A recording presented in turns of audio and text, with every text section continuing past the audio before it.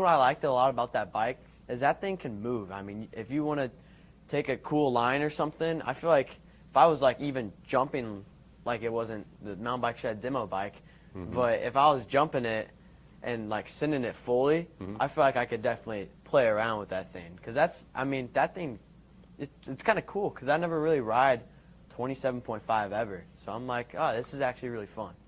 Yeah, that's a big difference that people should know kind of between a 29er. Not only are we going to feel that kind of faster acceleration on a 27.5 wheel, but the bike's going to feel snappier, and that's going to be for a couple of reasons. First, short chain stays. So since only a 27.5 wheel, it comes with 2.4-inch tires, stock on back. Really don't want to go much bigger than that. I wouldn't run a 2.6 on the back of this bike, or probably even a 2.5. I'd stick with a 2.4, something quick. Anyhow, that the chain stays are really short, so that's going to make the bike feel poppy.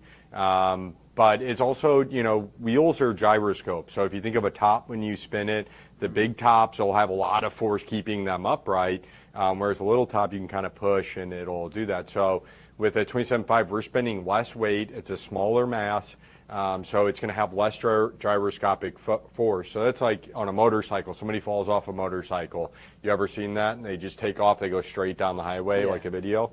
And the reason being the gyroscopic forces of those wheels. So your bicycle is doing the same thing. You have two wheels spinning. The gyroscopic force is what's keeping you upright. So every time you want to turn that 29er over, you've got to fight those two giant gyros and do that. It's noticeably different when you have 27.5 gyros on your bike, and then you can turn those wheels over a little bit easier. For sure. So